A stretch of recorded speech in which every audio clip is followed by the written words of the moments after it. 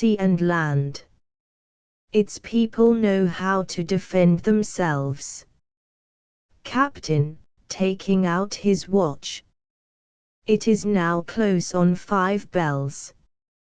At the first stroke of 6 bells our guns shall open fire. Gospoda, calmly.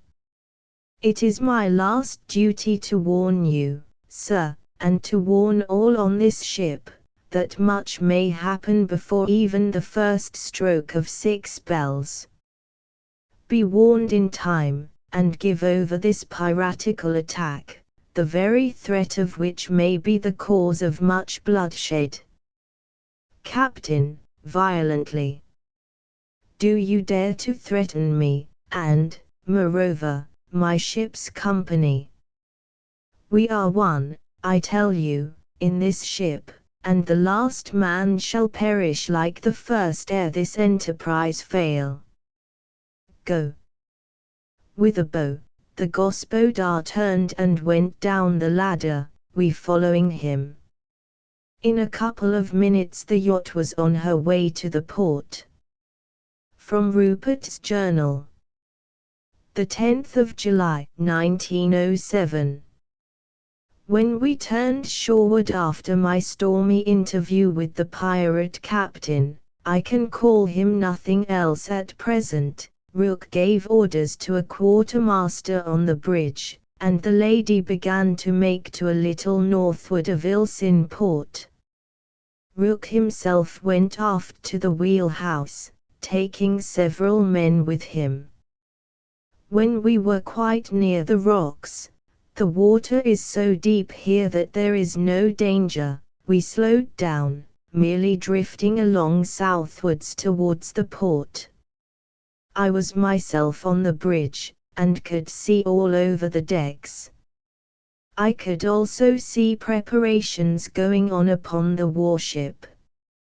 Ports were opened, and the great guns on the turrets were lowered for action.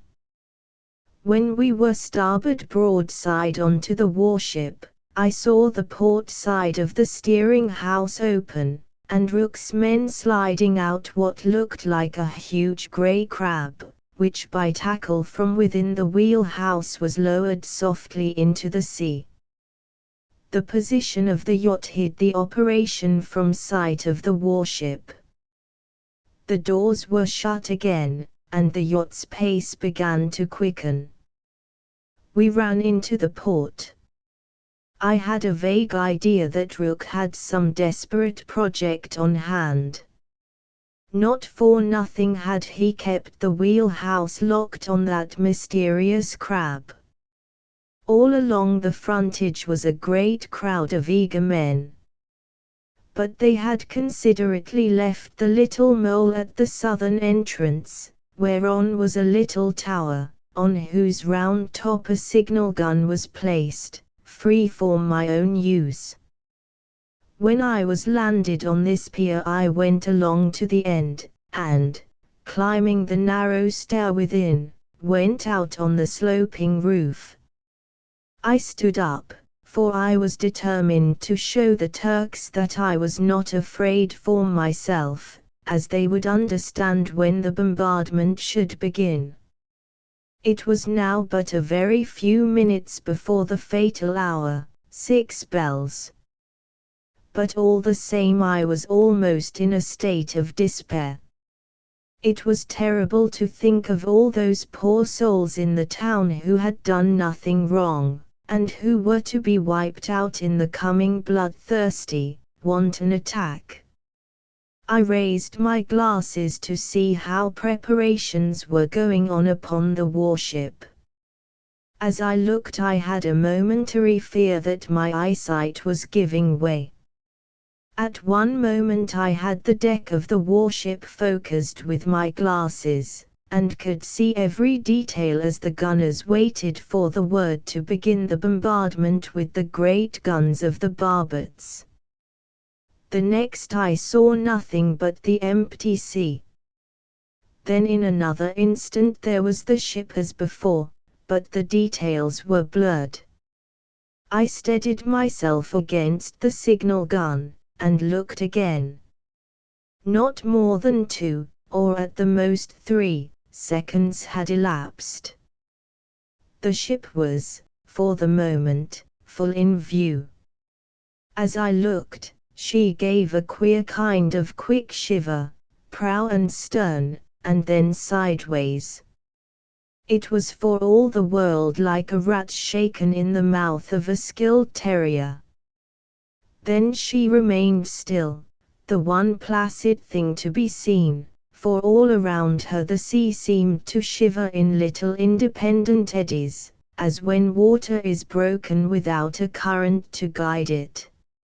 I continued to look, and when the deck was, or seemed, quite still, for the shivering water round the ship kept catching my eyes through the outer rays of the lenses, I noticed that nothing was stirring. The men who had been at the guns were all lying down, the men in the fighting tops had leaned forward or backward, and their arms hung down helplessly. Everywhere was desolation, in so far as life was concerned. Even a little brown bear, which had been seated on the cannon which was being put into range position, had jumped or fallen on deck, and lay there stretched out, and still. It was evident that some terrible shock had been given to the mighty war vessel. Without a doubt or a thought why I did so, I turned my eyes towards where the lady lay, port broadside now to the inside, in the harbour mouth. I had the key now to the mystery of Rook's proceedings with the great grey crab. As I looked I saw just outside the harbour a thin line of cleaving water. This became more marked each instant, till a steel disc with glass eyes that shone in the light of the sun rose above the water. It was about the size of a beehive, and was shaped like one. It made a straight line for the aft of the yacht. At the same moment, in obedience to some command, given so quietly that I did not hear it, the men went below, all save some few, who began to open out doors in the port side of the wheelhouse. The tackle was run out through an opened gangway on that side, and a man stood on the great hook at the lower end, balancing himself by hanging on the chain. In a few seconds he came up again. The chain tightened and the great grey crab rose over the edge of the deck, and was drawn into the wheelhouse, the doors of which were closed, shutting in a few only of the men. I waited, quite quiet. After a space of a few minutes, Captain Rook in his uniform walked out of the wheelhouse. He entered a small boat, which had been in the meantime lowered for the purpose, and was rowed to the steps on the mole. Ascending these, he came directly towards the signal tower. When he had ascended and stood beside me, he saluted. "Well?" I asked. "All well, sir," he answered. "We shan't have any more trouble with that lot, I think.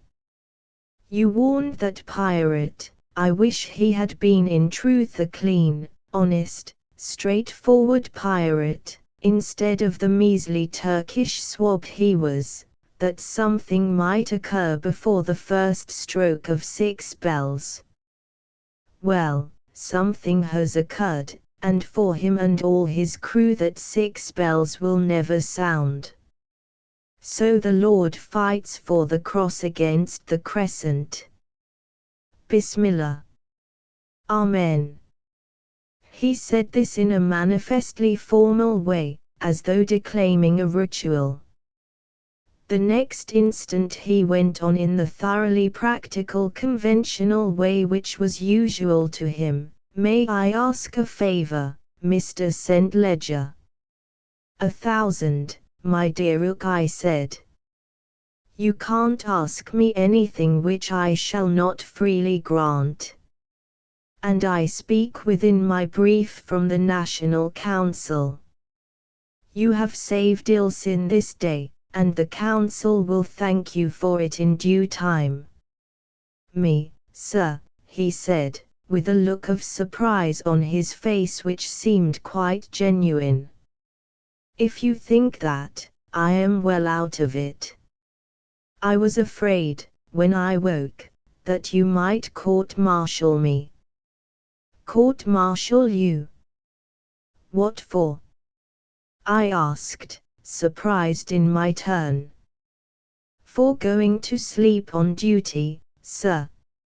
And the fact is, I was worn out in the attack on the Silent Tower last night, and when you had your interview with the pirate, all good pirates forgive me for the blasphemy. Amen. And I knew that everything was going smoothly. I went into the wheelhouse and took 40 winks. He said all this without moving so much as an eyelid, from which I gathered that he wished absolute silence to be observed on my part. Whilst I was revolving this in my mind, he went on, touching that request, sir. When I have left you and the voivode, and the voivodin, of course, at Vissarion, together with such others as you may choose to bring there with you, may I bring the yacht back here for a spell? I rather think that there is a good deal of cleaning up to be done, and the crew of the Lady with myself are the men to do it. We shall be back by nightfall at the creek. Do as you think best, Admiral Rook, I said. Admiral. Yes, Admiral. At present I can only say that tentatively, but by tomorrow I am sure the National Council will have confirmed it. I am afraid, old friend, that your squadron will be only your flagship for the present, but later we may do better. So long as I am Admiral, Your Honor, I shall have no other flagship than the Lady. I am not a young man, but, young or old, my pennon shall float over no other deck.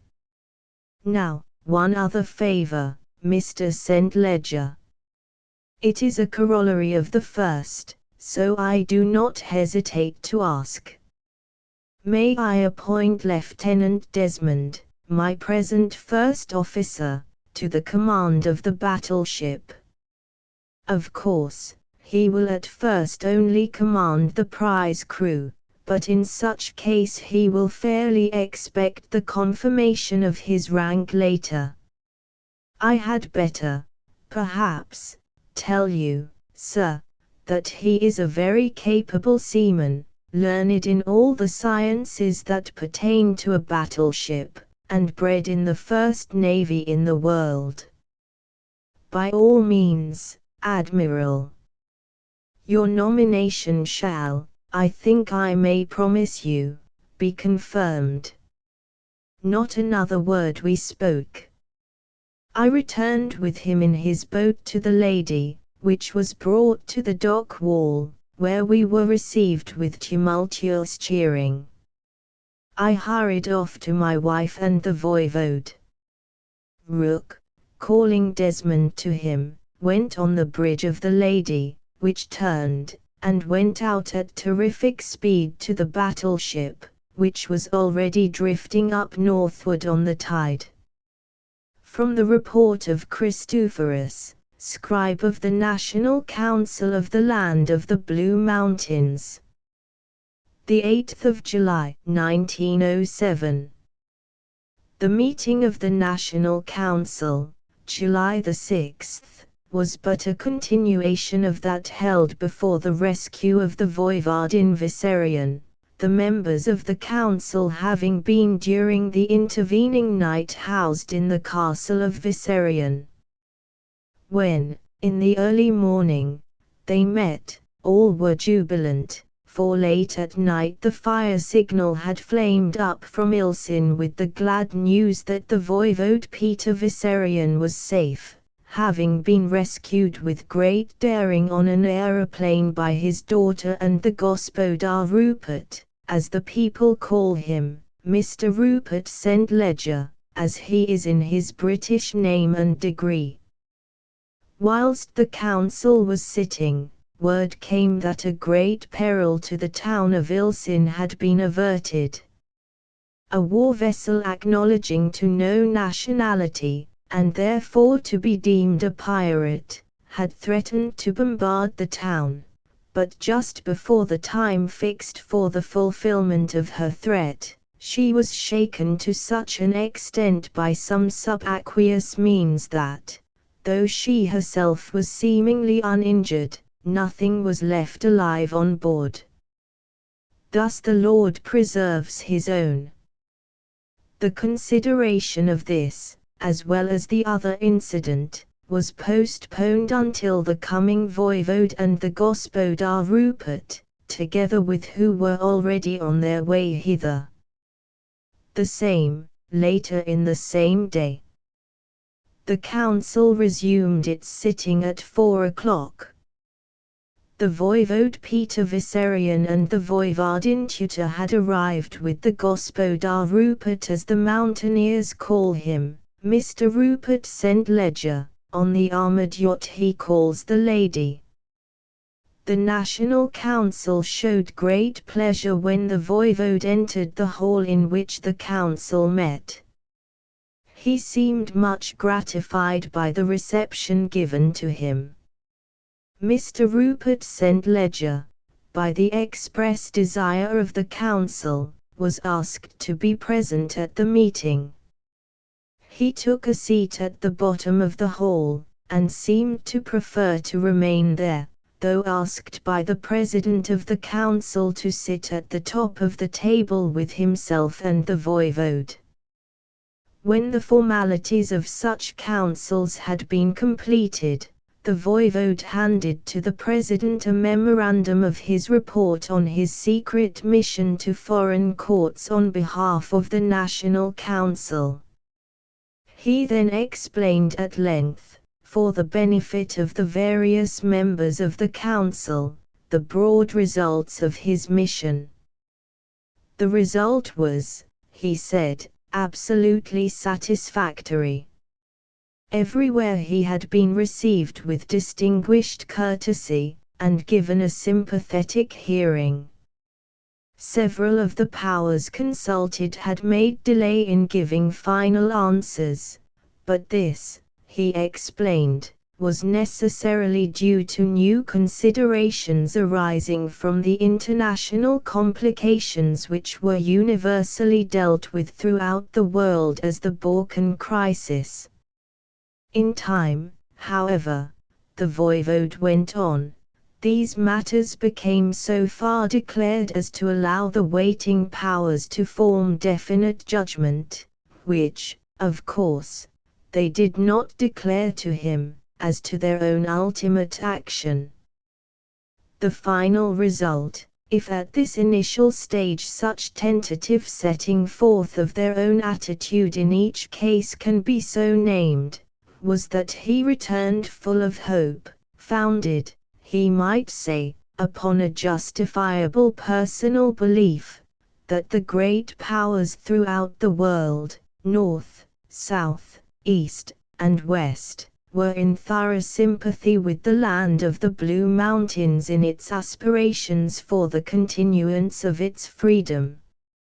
I also am honored, he continued, to bring to you, the great council of the nation, the assurance of protection against unworthy aggression on the part of neighboring nations of present greater strength.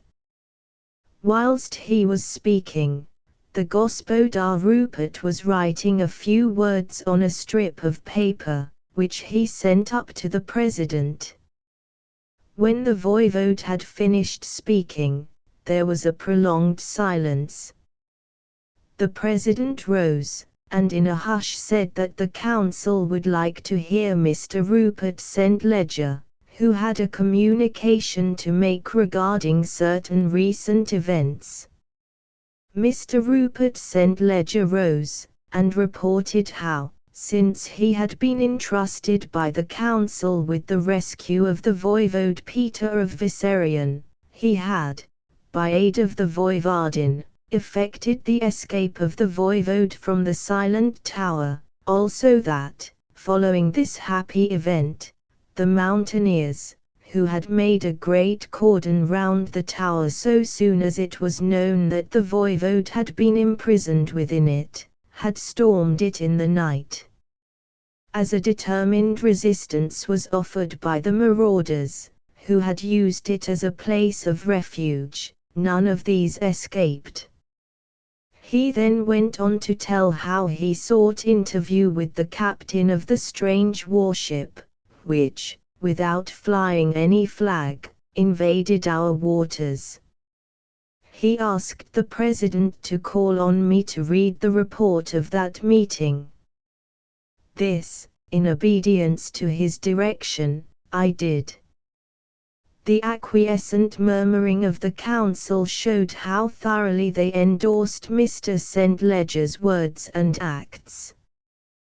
When I resumed my seat, Mr. St. Ledger described how, just before the time fixed by the pirate captain, so he designated him, as did every speaker thereafter, the warship met with some undersea accident, which had a destructive effect on all on board her. Then he added certain words, which I give verbatim, as I am sure that others will some time wish to remember them in their exactness. By the way, President and Lords of the Council, I trust I may ask you to confirm Captain Rook, of the armored yacht the Lady, to be Admiral of the Squadron of the Land of the Blue Mountains, and also Captain, tentatively, Desmond, late First Lieutenant of the Lady, to the command of the second warship of our fleet, the as yet unnamed vessel, whose former captain threatened to bombard Ilsin. My lords, Admiral Rook has done great service to the land of the Blue Mountains, and deserves well at your hands. You will have in him, I am sure, a great official. One who will till his last breath give you good and loyal service. He had sat down. The President put to the Council resolutions, which were passed by acclamation. Admiral Rook was given command of the Navy, and Captain Desmond confirmed in his appointment to the captaincy of the new ship, which was, by a further resolution, named the Gospodar Rupert. In thanking the Council for acceding to his request, and for the great honor done him in the naming of the ship, Mr. St. Ledger said, "May I ask that the armored yacht the Lady be accepted by you, the National Council, on behalf of the nation, as a gift on behalf of the cause of freedom from the Voivodin tutor?" In response to the mighty cheer of the council with which the splendid gift was accepted, the Gospodar Rupert, Mr. St. Ledger, bowed, and went quietly out of the room. As no agenda of the meeting had been prepared, there was for a time, not silence, but much individual conversation. In the midst of it the voivode rose up, whereupon there was a strict silence. All listened with an intensity of eagerness whilst he spoke. President and Lords of the Council, Archbishop, and Vladika, I should but ill show my respect did I hesitate to tell you at this the first opportunity I have had of certain matters personal primarily to myself, but which, in the progress of recent events, have come to impinge on the affairs of the nation. Until I have done so, I shall not feel that I have done a duty, long due to you or your predecessors in office, and which I hope you will allow me to say that I have only kept back for purposes of statecraft. May I ask that you will come back with me in memory to the year 1890, when our struggle against Ottoman aggression, later on so successfully brought to a close, was begun. We were then in a desperate condition. Our finances had run so low that we could not purchase even the bread which we required. Nay, more, we could not procure through the national exchequer what we wanted more than bread, arms of modern effectiveness, for men may endure hunger and yet fight well, as the glorious past of our country has proved again and again and again.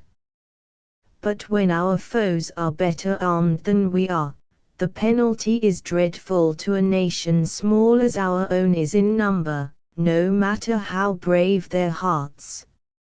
In this strait I myself had to secretly raise a sufficient sum of money to procure the weapons we needed.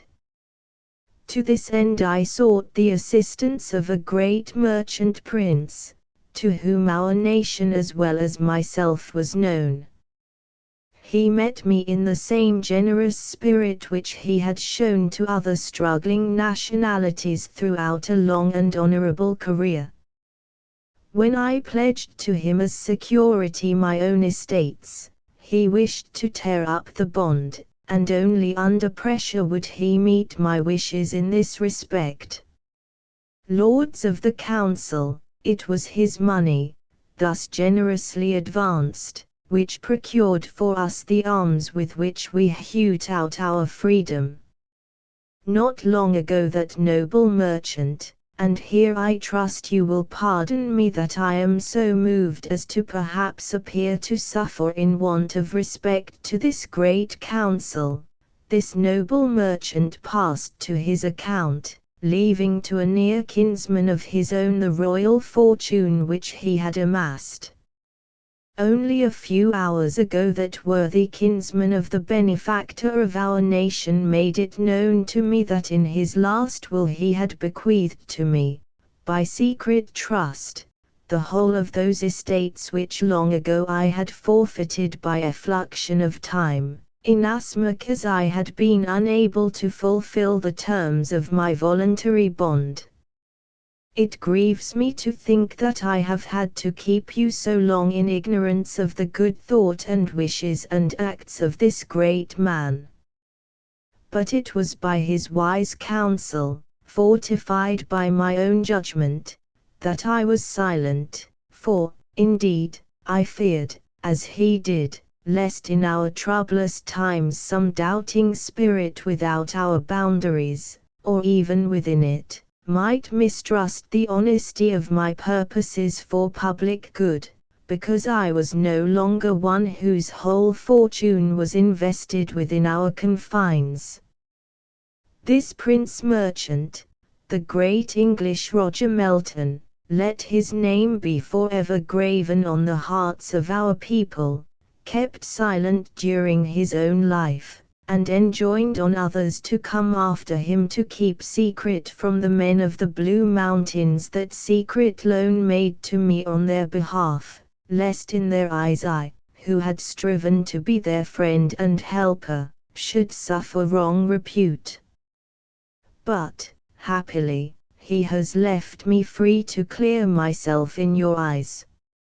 Moreover, by arranging to have, under certain contingencies, which have come to pass, the estates which were originally my own retransferred to me, I have no longer the honor of having given what I could to the national cause.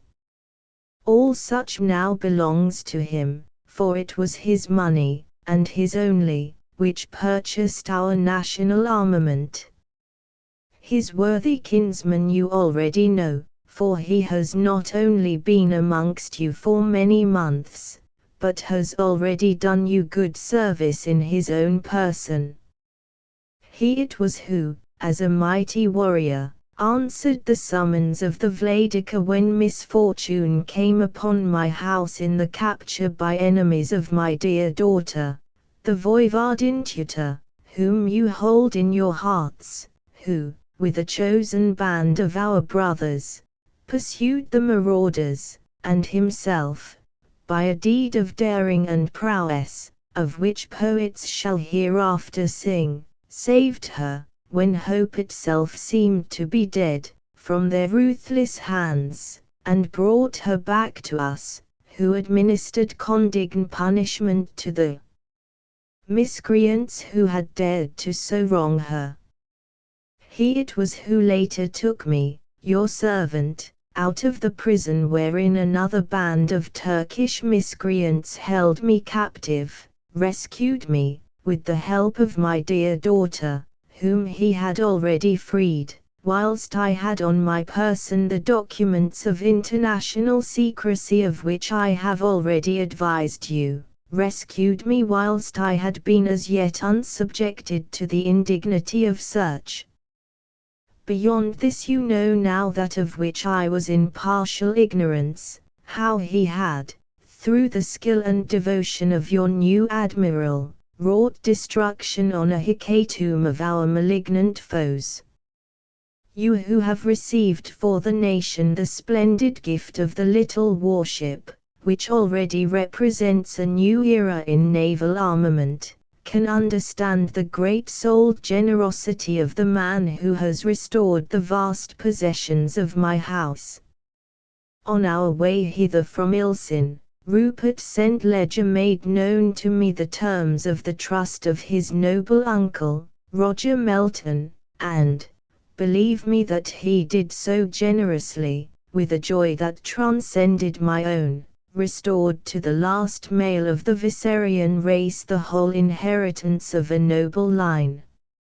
And now, my lords of the council, I come to another matter, in which I find myself in something of a difficulty, for I am aware that in certain ways you actually know more of it than even I myself do.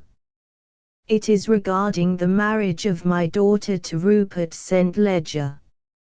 It is known to me that the matter has been brought before you by the Archbishop, who, as guardian of my daughter during my absence on the service of the nation, wished to obtain your sanction, as till my return he held her safety in trust. This was so, not from any merit of mine, but because she, in her own person, had undertaken for the service of our nation a task of almost incredible difficulty. My lords, were she child of another father, I should extol to the skies her bravery, her self-devotion, her loyalty to the land she loves. Why, then, should I hesitate to speak of her deeds in fitting terms, since it is my duty, my glory, to hold them in higher honor than can any in this land? I shall not shame her, or even myself, by being silent when such a duty urges me to speak, as voivode, as trusted envoy of our nation, as father. Ages hence loyal men and women of our land of the Blue Mountains will sing her deeds in song and tell them in story. Her name, tutor, already sacred in these regions, where it was held by a great queen, and honored by all men, will hereafter be held as a symbol and type of woman's devotion. Oh, my lords, we pass along the path of life, the best of us but a little time marching in the sunlight between gloom and gloom, and it is during that march that we must be judged for the future.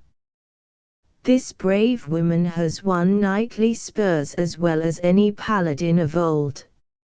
So is it meet that ere she might mate with one worthy of her you, who hold in your hands the safety and honor of the state, should give your approval.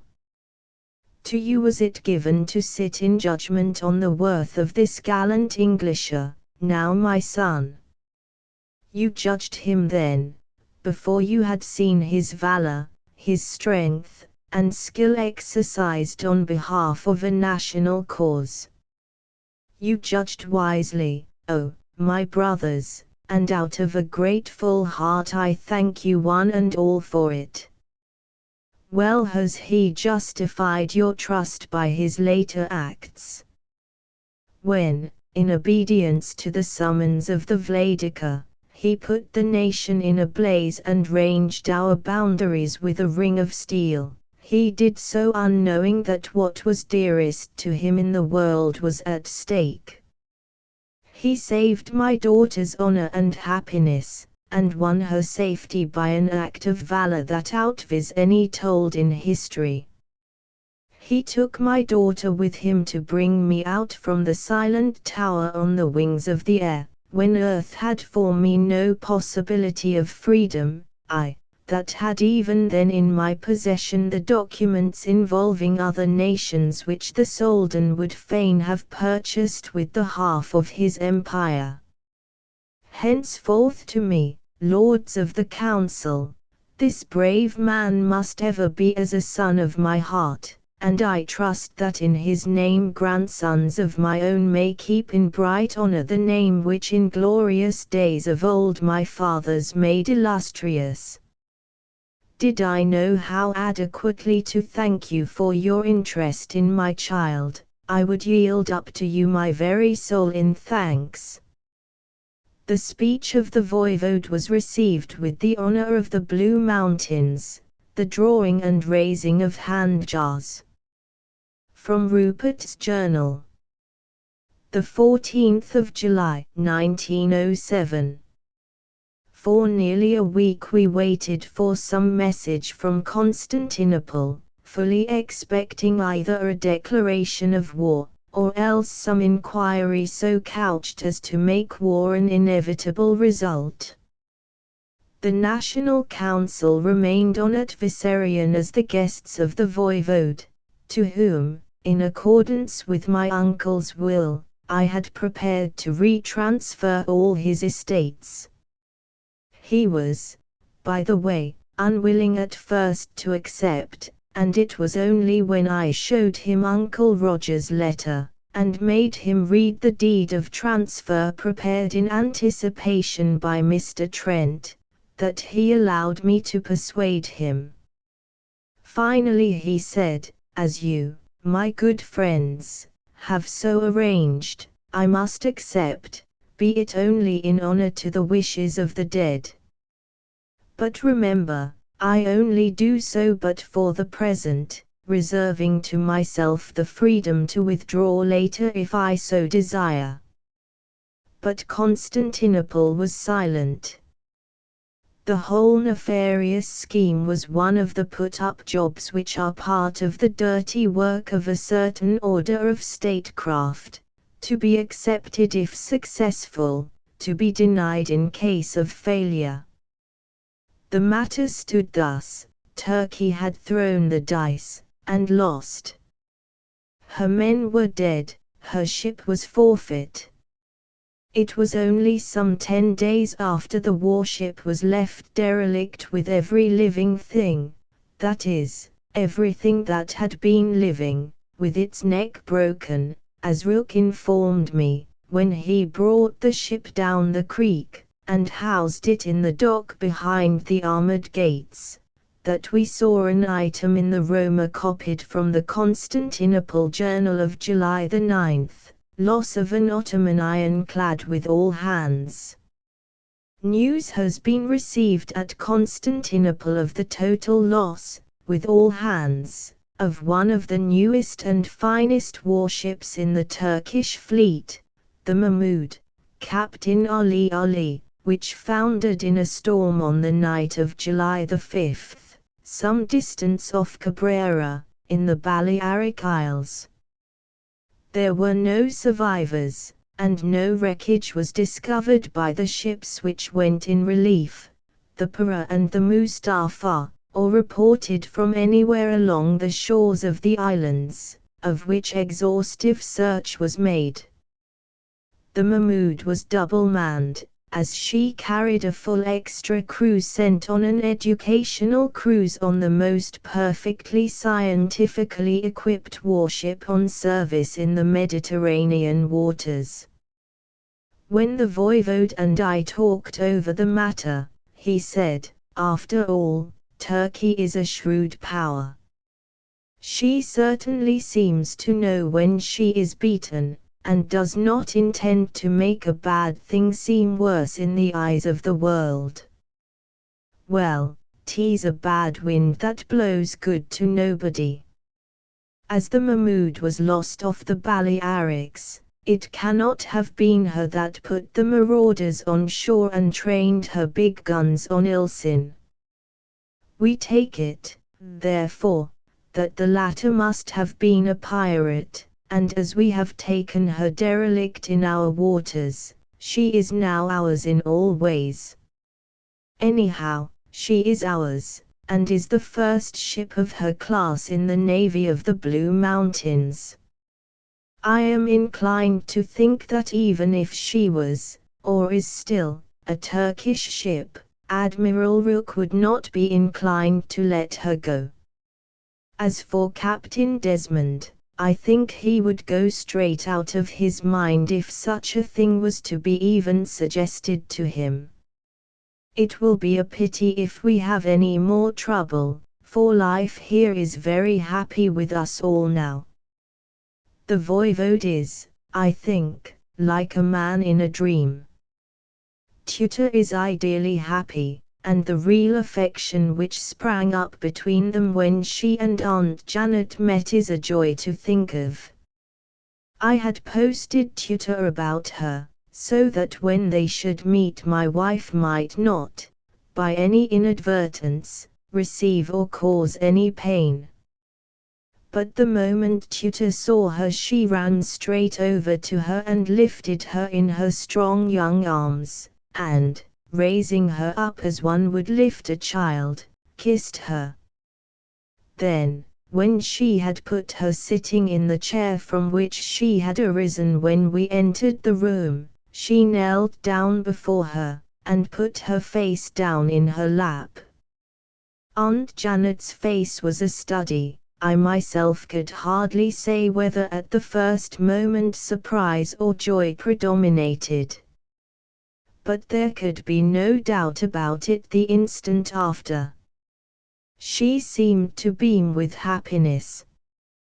When Tutor knelt to her, she could only say, my dear, I am glad. Rupert's wife, you and I must love each other very much."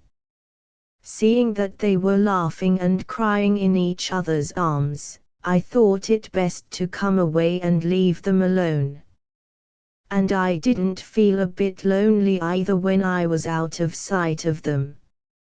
I knew that where those two dear women were there was a place for my own heart. When I came back, Tutor was sitting on Aunt Janet's knee.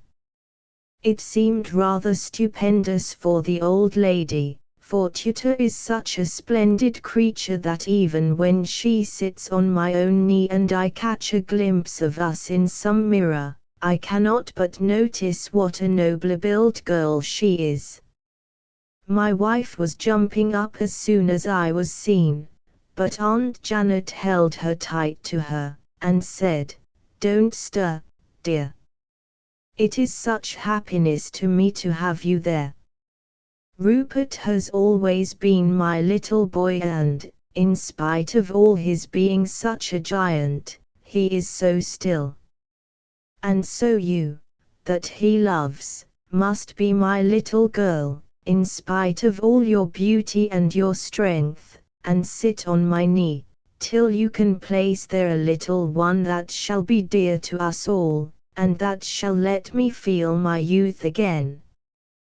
When first I saw you I was surprised, for, somehow, though I had never seen you nor even heard of you, I seemed to know your face. Sit where you are, dear. It is only Rupert, and we both love him. Tutor looked at me, flushing rosily, but she sat quiet, and drew the old lady's white head on her young breast. Janet McAlpy's notes. The 8th of July, 1907. I used to think that whenever Rupert should get married or start on the way to it by getting engaged, I would meet his future wife with something of the same affection that I have always had for himself. But I know now that what was really in my mind was jealousy, and that I was really fighting against my own instincts, and pretending to myself that I was not jealous. Had I ever had the faintest idea that she would be anything the least like Tutor, that sort of feeling should never have had even a foothold. No wonder my dear boy is in love with her, for, truth to tell, I am in love with her myself. I don't think I ever met a creature, a woman creature, of course, I mean, with so many splendid qualities. I almost fear to say it, lest it should seem to myself wrong, but I think she is as good as a woman as Rupert is as a man. And what more than that can I say? I thought I loved her and trusted her, and knew her all I could, until this morning. I was in my own room, as it is still called. For the Rupert tells me in confidence that under his uncle's will the whole estate of Viserion, castle and all, really belongs to the voivode, and though the voivode has been persuaded to accept the position, he, the voivode, will not allow anything to be changed. He will not even hear a word of my going, or changing my room, or anything. And Rupert backs him up in it, and Tutor too. So what am I to do but let the dears have their way? Well, this morning, when Rupert was with the voivode at a meeting of the National Council in the Great Hall, Tutor came to me, and, after closing the door and bolting it, which surprised me a little, came and knelt down beside me, and put her face in my lap. I stroked her beautiful black hair, and said, "What is it, Tutor darling? Is there any trouble? And why did you bolt the door? Has anything happened to Rupert?" When she looked up I saw that her beautiful black eyes, with the stars in them, were overflowing with tears not yet shed. But she smiled through them, and the tears did not fall. When I saw her smile my heart was eased, and I said without thinking, "Thank God, darling, Rupert is all right." "I thank God, too, dear Aunt Janet," she said softly, and I took her in my arms and laid her head on my breast. "Go on, dear," I said, "tell me what it is that troubles you." This time I saw the tears drop, as she lowered her head and hid her face from me. "I'm afraid I have deceived you, Aunt Janet, and that you will not, cannot, forgive me." "Lord save you, child," I said, "there's nothing that you could do that I could not and would not forgive. Not that you would ever do anything base, for that is the only thing that is hard to forgive. Tell me now what troubles you." She looked up in my eyes fearlessly, this time with only the signs of tears that had been, and said proudly, "Nothing base, Aunt Janet. My father's daughter would not willingly be base. I do not think she could. Moreover, had I ever done anything base I should not be here, for I should never have been Rupert's wife." "Then what is it? Tell your old Aunt Janet, dearie." She answered me with another question. Aunt Janet, do you know who I am, and how I first met Rupert? You are the Voivodin tutor Vissarion, the daughter of the Voivode, or, rather, you are now Mrs. Rupert St. Ledger. For he is still an Englishman, and a good subject of our noble king. Yes, Aunt Janet, she said, I am that, and proud to be it, prouder than I would be were I my namesake, who was queen in the old days. But how and where did I see Rupert first? I did not know, and frankly told her so. So she answered her question herself. I saw him first in his own room at night. I knew in my heart that in whatever she did had been nothing wrong, so I sat silent waiting for her to go on. I was in danger, and in deadly fear. I was afraid I might die, not that I feared death, and I wanted help and warmth. I was not dressed as I am now.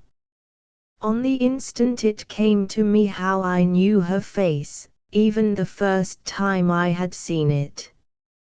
I wished to help her out of the embarrassing part of her confidence, so I said, Dearie, I think I know.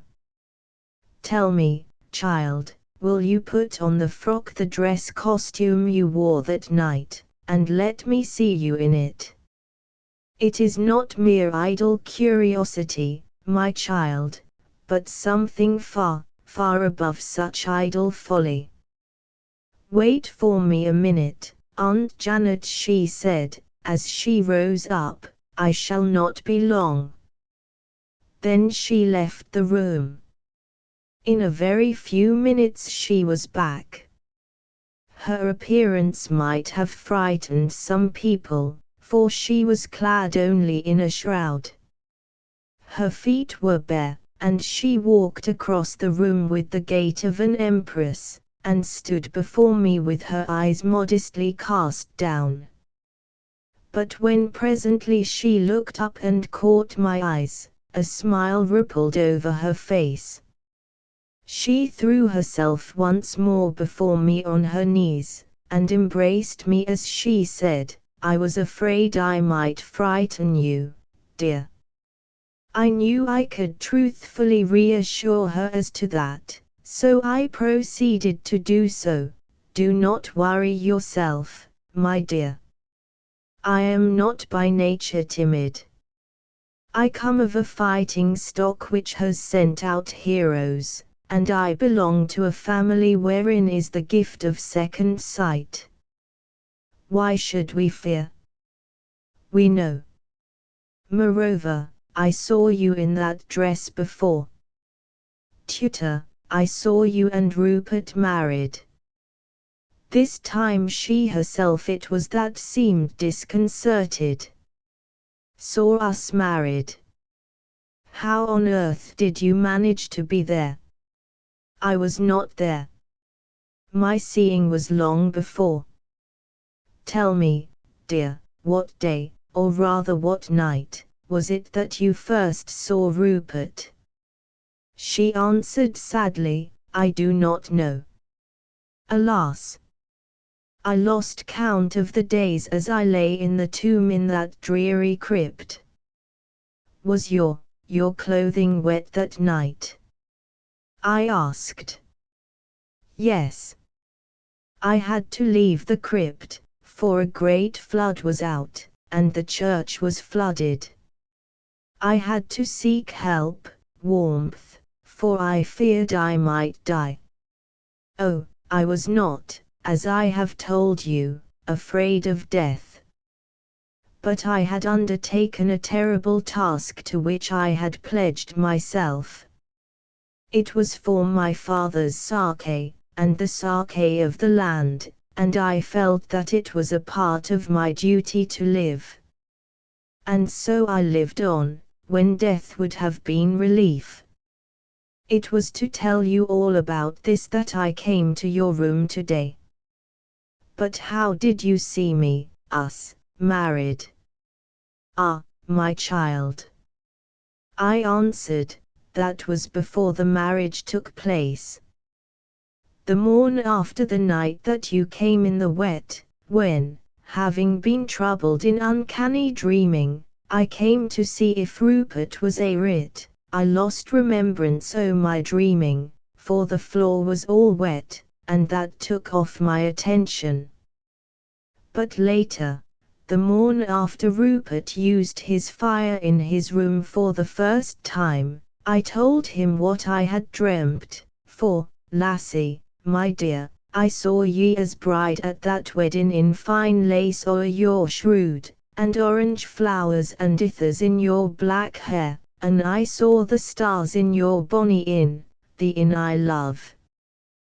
But oh, my dear, when I saw the shroud, and kent what it might mean, I expected to see the worms crawl round your feet.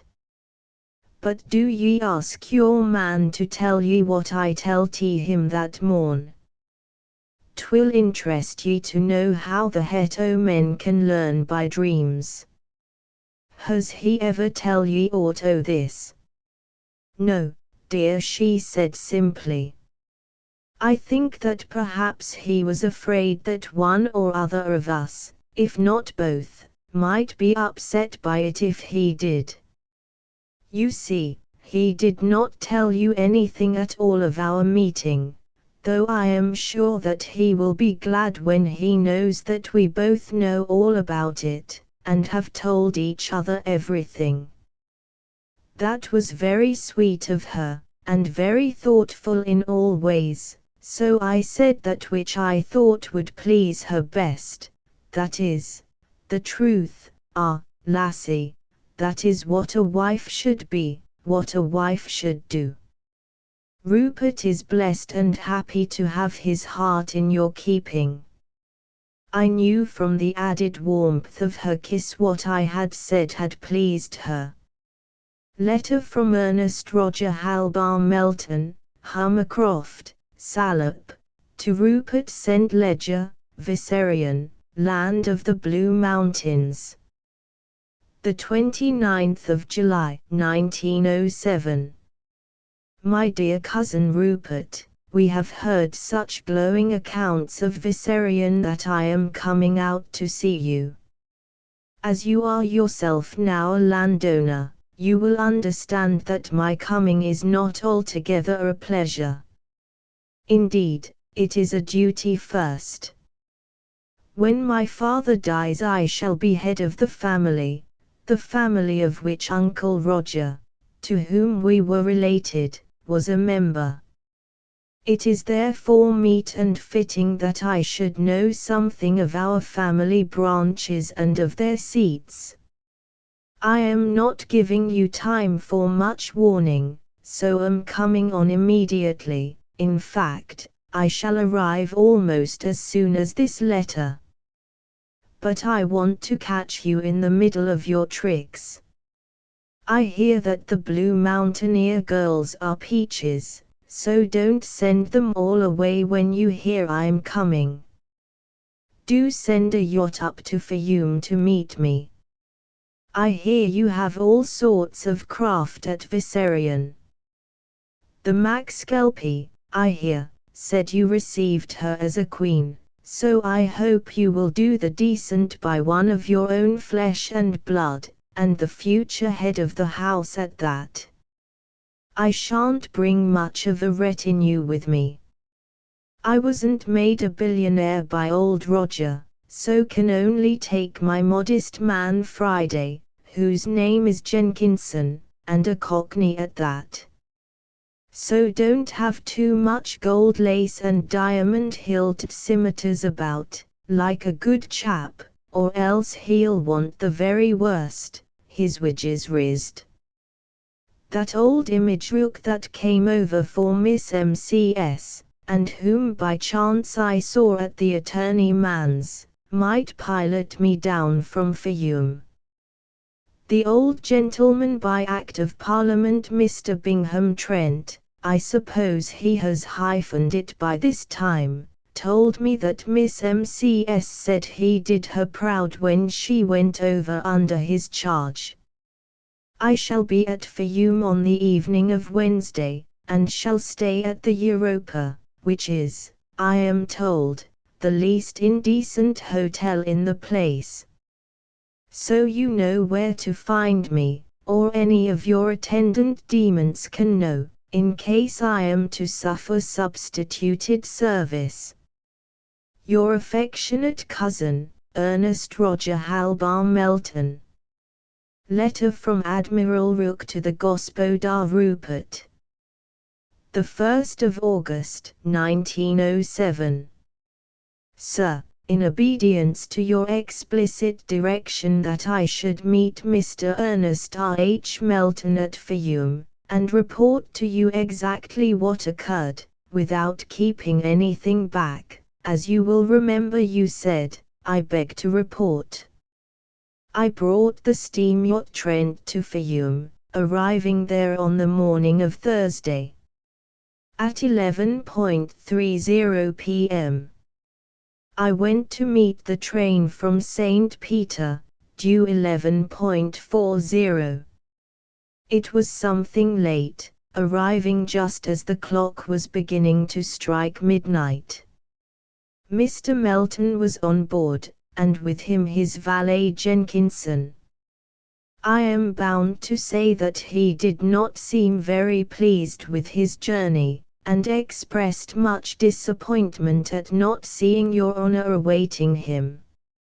I explained, as you directed, that you had to attend with the Voivode Vissarion and the Vladika the National Council, which met at Plazek, or that otherwise you would have done yourself the pleasure of coming to meet him. I had, of course, reserved rooms, the Prince of Wales's suite, for him at the Rediungheria, and had waiting the carriage which the proprietor had provided for the Prince of Wales when he stayed there. Mr. Melton took his valet with him, on the box seat, and I followed in a statuagen with the luggage. When I arrived, I found the maitre d'hotel in a stupor of concern. The English nobleman, he said, had found fault with everything, and used to him language to which he was not accustomed. I quieted him, telling him that the stranger was probably unused to foreign ways, and assuring him that your honor had every faith in him. He announced himself satisfied and happy at the assurance. But I noticed that he promptly put everything in the hands of the head waiter, telling him to satisfy the milor at any cost, and then went away to some urgent business in Vienna. Clever man. I took Mr. Melton's orders for our journey in the morning, and asked if there was anything for which he wished. He simply said to me, "Everything is rotten. Go to hell, and shut the door after you." His man, who seems a very decent little fellow, though he is as vain as a peacock, and speaks with a Cockney accent which is simply terrible, came down the passage after me, and explained on his own as he expressed it, that his master, Mr. Ernest, was upset by the long journey, and that I was not to mind. I did not wish to make him uncomfortable, so I explained that I minded nothing except what your honor wished, that the steam yacht would be ready at 7 a.m., and that I should be waiting in the hotel from that time on till Mr. Melton cared to start, to bring him aboard. In the morning I waited till the man Jenkinson came and told me that Mr. Ernest would start at 10. I asked if he would breakfast on board. He answered that he would take his café complète at the hotel, but breakfast on board. We left at 10, and took the electric pinnace out to the Trent, which lay, with steam up, in the roads. Breakfast was served on board, by his orders, and presently he came up on the bridge, where I was in command. He brought his man Jenkinson with him. Seeing me there, and not, I suppose, understanding that I was in command, he unceremoniously ordered me to go on the deck. Indeed, he named a place much lower. I made a sign of silence to the quartermaster at the wheel, who had released the spokes, and was going, I feared, to make some impertinent remark. Jenkinson joined me presently, and said, as some sort of explanation of his master's discourtesy, of which he was manifestly ashamed, if not as an amendee, the governor is in a hell of a wax this morning. When we got in sight of Melida, Mr. Melton sent for me and asked me where we were to land. I told him that, unless he wished to the contrary, we were to run to Viserion, but that my instructions were to land at whatever port he wished. Whereupon he told me that he wished to stay the night at some place where he might be able to see some life. He was pleased to add something, which I presume he thought jocular, about my being able to coach him in such matters, as doubtless even an old has-been like you had still some sort of an eye for a pretty girl. I told him as respectfully as I could that I had no knowledge whatever on such subjects, which were possibly of some interest to younger men, but of none to me. He said no more, so after waiting for further orders, but without receiving any, I said, I suppose, sir, we shall run to Viserion. Run to the devil, if you like, was his reply, as he turned away. When we arrived in the creek at Viserion, he seemed much milder, less aggressive in his manner, but when he heard that you were detained at Plazek, he got rather fresh, I use the American term, again. I greatly feared there would be a serious misfortune before we got into the castle, for on the dock was Julia, the wife of Michael, the master of the wine, who is, as you know, very beautiful. Mr. Melton seemed much taken with her, and she, being flattered by the attention of a strange gentleman and your honour's kinsman, put aside the standoffishness of most of the Blue Mountain women. Whereupon Mr. Melton, forgetting himself, took her in his arms and kissed her. Instantly there was a hubbub. The mountaineers present drew their handjars, and almost on the instant sudden death appeared to be amongst us. Happily the men waited as Michael, who had just arrived on the quay wall as the outrage took place, ran forward, wheeling his handjar round his head, and manifestly intending to decapitate Mr. Melton. On the instant, I am sorry to say it, for it created a terribly bad effect, Mr. Melton dropped on his knees in a state of panic. There was just this good use in it, that there was a pause of a few seconds. During that time the little Cockney valet, who has the heart of a man in him, literally burst his way forward, and stood in front of his master in boxing attitude, calling out, come on, the ole lot of ye. 'E ain't done no 'arm. He only kissed the gal, as any man would. If ye want to cut off somebody's 'ead, cut off mine. I ain't afraid.' There was such genuine pluck in this, and it formed so fine a contrast to the other's craven attitude, forgive me, your honour, but you want the truth, that I was glad he was an Englishman, too. The mountaineers recognized his spirit, and saluted with their hand-jars, even Michael amongst the number. Half turning his head, the little man said in a fierce whisper, "Buck up, governor. Get up, or they'll slice ye. Mr. Rook, I'll see ye through it." By this time the men were amenable to reason, and when I reminded them that Mr. Melton was your honour's cousin, they put aside their hand-jars and went about their work. I asked Mr. Melton to follow, and led the way to the castle. When we got close to the great entrance within the walled courtyard, we found a large number of the servants gathered, and with them many of the mountaineers, who have kept an organized guard all round the castle ever since the abducting of the Voivodin.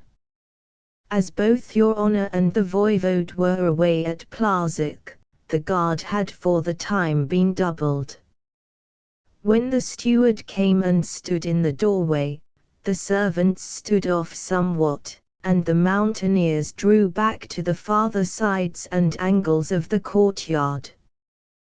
The Voivodin had, of course, been informed of the guests, your cousin, coming, and came to meet him in the old custom of the Blue Mountains. As your honour only came to the Blue Mountains recently, and as no occasion has been since then of illustrating the custom since the voivode was away, and the voivodin then believed to be dead, perhaps I, who have lived here so long, may explain, when to an old Blue Mountain house a guest comes whom it is wished to do honour, the lady, as in the vernacular the mistress of the house is called, comes herself to meet the guest at the door, or, rather, outside the door, so that she can herself conduct him within. It is a pretty ceremony, and it is said that of old in kingly days the monarch always set much store by it. The custom is that, when she approaches the honoured guest, he need not be royal, she bends, or more properly kneels, before him and kisses his hand. It has been explained by historians that the symbolism is that the woman, showing obedience to her husband, as the married woman of the Blue Mountains always does, emphasizes that obedience to her husband's guest. The custom is always observed in its largest formality when a young wife receives for the first time a guest, and especially one whom her husband wishes to honor. The voivodin was, of course, aware that Mr. Melton was your kinsman, and naturally wished to make the ceremony of honor as marked as possible, so as to show overtly her sense of her husband's worth. When we came into the courtyard, I held back, of course, for the honor is entirely individual, and is never extended to any other, no matter how worthy he may be. Naturally Mr. Melton did not know the etiquette of the situation, and so for that is not to be blamed. He took his valet with him when, seeing someone coming to the door, he went forward. I thought he was going to rush to his welcomer. Such, though not in the ritual, would have been natural in a young kinsman wishing to do honor to the bride of his host, and would to anyone have been both understandable and forgivable. It did not occur to me at the time, but I have since thought that perhaps he had not then heard of your honor's marriage, which I trust you will, in justice to the young gentleman, bear in mind when considering the matter. Unhappily, however, he did not show any such eagerness. On the contrary, he seemed to make a point of showing indifference. It seemed to me myself that he, seeing somebody wishing to make much of him, took what he considered a safe opportunity of restoring to himself his own good opinion, which must have been considerably lowered in the episode of the wine master's wife. The Voivodin, thinking, doubtless, Your Honor, to add a fresh luster to her welcome, had donned the costume which all her nation has now come to love and to accept as a dress of ceremonial honor. She wore her shroud. It moved the hearts of all of us who looked on to see it, and we appreciated its being worn for such a cause. But Mr. Melton did not seem to care. As he had been approaching, she had begun to kneel, and was already on her knees whilst he was several yards away.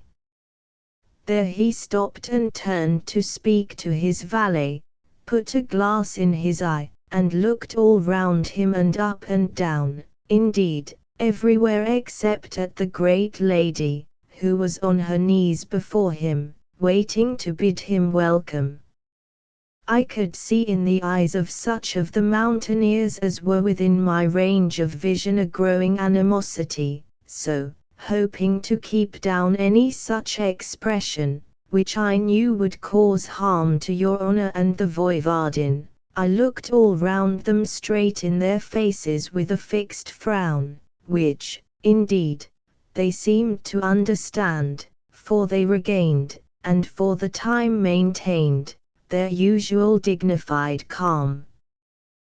The Voivodin, may I say, bore the trial wonderfully. No human being could see that she was in any degree pained or even surprised. Mr. Melton stood looking round him so long that I had full time to regain my own attitude of calm. At last he seemed to come back to the knowledge that someone was waiting for him, and sauntered leisurely forward. There was so much insolence, mind you, not insolence that was intended to appear as such, in his movement that the mountaineers began to steal forward. When he was close up to the Voivodin, and she put out her hand to take his, he put forward one finger. I could hear the intake of the breath of the men, now close around, for I had moved forward, too. I thought it would be as well to be close to your guest, lest something should happen to him. The Voivodin still kept her splendid self-control. Raising the finger put forward by the guest with the same deference as though it had been the hand of a king, she bent her head down and kissed it. Her duty of courtesy now done, she was preparing to rise, when he put his hand into his pocket, and, pulling out a sovereign, offered it to her. His valet moved his hand forward, as if to pull back his arm, but it was too late. I am sure, Your Honor, that no affront was intended. He doubtless thought that he was doing a kindness of the sort usual in England when one tips a housekeeper. But all the same, to one in her position, it was an affront, an insult, open and unmistakable. So it was received by the mountaineers, whose hand-jars flashed out as one. For a second it was so received even by the Voivodin, who, with face flushing scarlet, and the stars in her eaves flaming red, sprang to her feet. But in that second she had regained herself, and to all appearances her righteous anger passed away. Stooping, she took the hand of her guest and raised it, you know how strong she is, and, holding it in hers, led him into the doorway, saying, "You are welcome, kinsman of my husband, to the house of my father, which is presently my husband's also. Both are grieved that, duty having called them away for the time, they are unable to be here to help me to greet you. I tell you, Your Honor, that it was a lesson in self-respect which anyone who saw it can never forget. As to me, it makes my flesh quiver, old as I am, with delight, and my heart leap. May I, as a faithful servant who has had many years of experience, suggest that Your Honor should seem, for the present, at any rate, not to know any of these things which I have reported, as you wished me to do. Be sure that the Voivodin will tell you her gracious self aught that she would wish you to know. And such reticence on your part must make for her happiness, even if it did not for your own. So that you may know all, as you desired, and that you may have time to school yourself to whatever attitude you think best to adopt, I send this off to you at once by fleet messenger. Were the aeroplane here, I should take it myself. I leave here shortly to await the arrival of Sir Colin at Otranto. Your Honour's faithful servant, Rook. Janet McAlpy's Notes. The 9th of August, 1907. To me it seems very providential that Rupert was not at home when that dreadful young man Ernest Melton arrived, though it is possible that if Rupert had been present he would not have dared to conduct himself so badly. Of course, I heard all about it from the maids. Tutor never opened her lips to me on the subject. It was bad enough and stupid enough for him to try to kiss a decent young woman like Julia, who is really as good as gold and as modest as one of our own Highland lasses, but to think of him insulting Tutor. The little beast. One would think that a champion idiot out of an equatorial asylum would know better. If Michael, the wine master, wanted to kill him, I wonder what my Rupert and hers would have done. I am truly thankful that he was not present. And I am thankful, too, that I was not present either, for I should have made an exhibition of myself, and Rupert would not have liked that. He, the little beast, might have seen from the very dress that the dear girl wore that there was something exceptional about her. But on one account I should have liked to see her. They tell me that she was, in her true dignity, like a queen, and that her humility in receiving her husband's kinsman was a lesson to every woman in the land. I must be careful not to let Rupert know that I have heard of the incident. Later on, when it is all blown over and the young man has been got safely away, I shall tell him of it.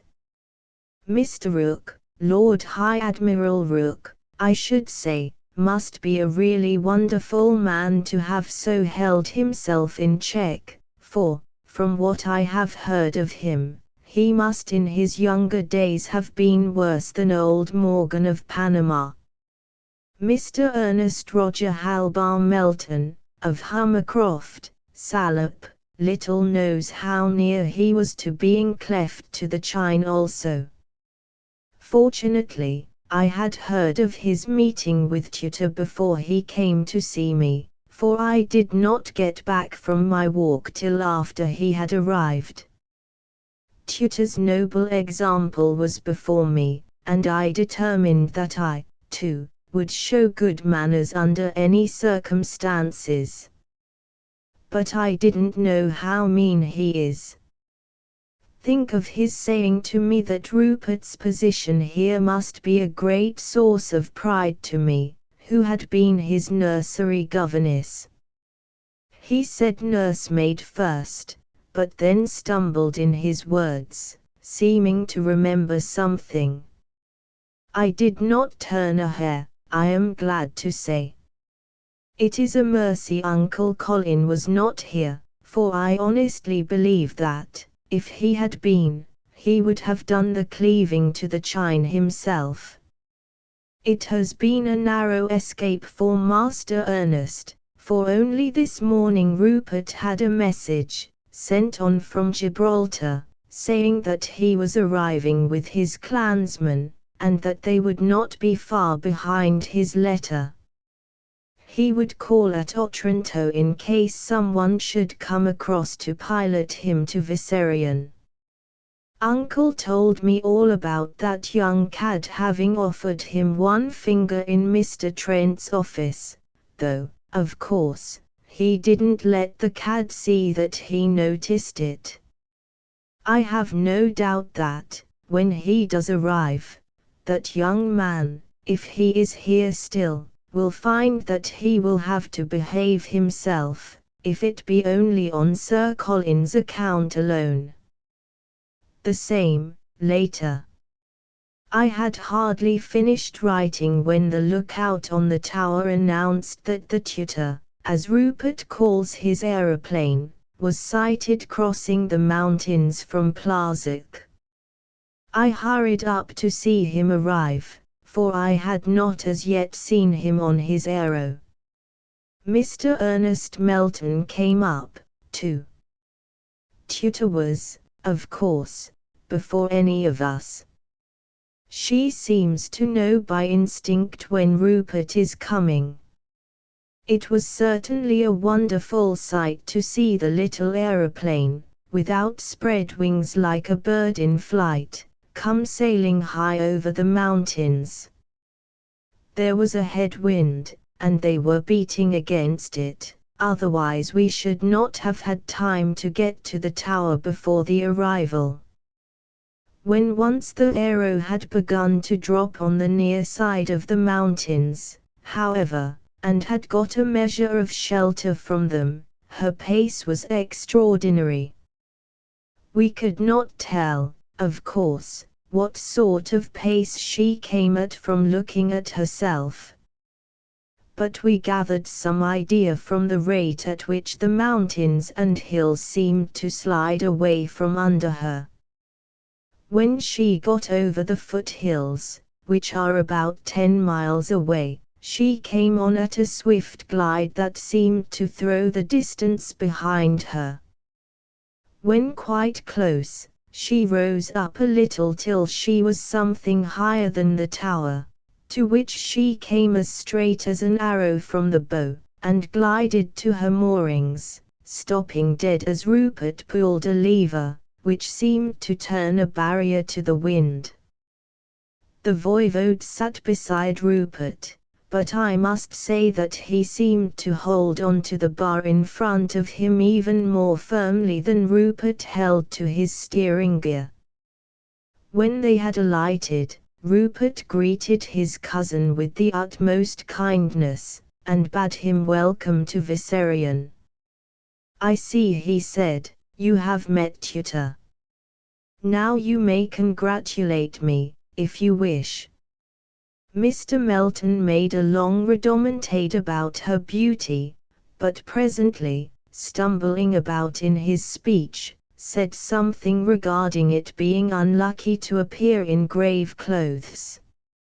Rupert laughed, and clapped him on the shoulder as he answered, "That pattern of frock is likely to become a national dress for loyal women of the Blue Mountains. When you know something of what that dress means to us all at present you will understand. In the meantime, take it that there is not a soul in the nation that does not love it and honor her for wearing it." To which the cad replied, "Oh, indeed. I thought it was some preparation for a fancy dress ball." Rupert's comment on this ill-natured speech was, for him, quite grumpily given, I should not advise you to think such things whilst you are in this part of the world, Ernest. They bury men here for much less.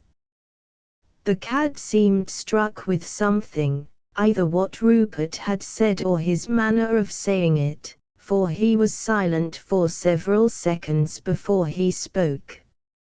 I'm very tired with that long journey, Rupert. Would you and Mrs. St. Ledger mind if I go to my own room and turn in? My man can ask for a cup of tea and a sandwich for me. Rupert's Journal. The 10th of August, 1907. When Ernest said he wished to retire, it was about the wisest thing he could have said or done, and it suited Tutor and me down to the ground. I could see that the dear girl was agitated about something, so thought it would be best for her to be quiet, and not worried with being civil to the bounder.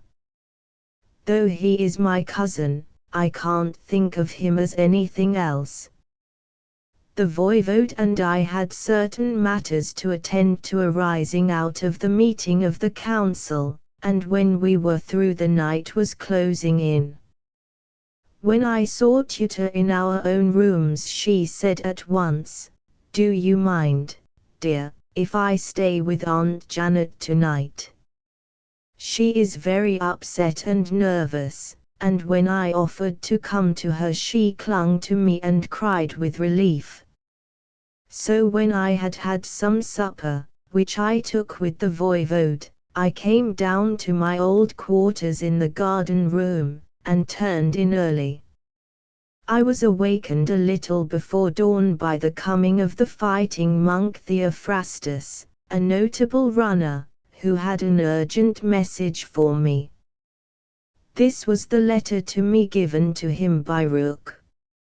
He had been cautioned to give it into no other hand, but to find me wherever I might be, and convey it personally.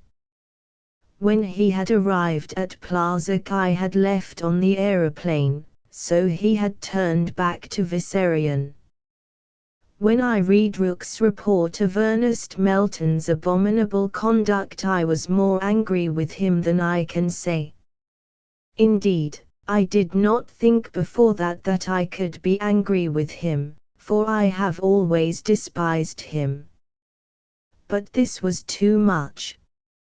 However, I realized the wisdom of Rook's advice, and went away myself to get over my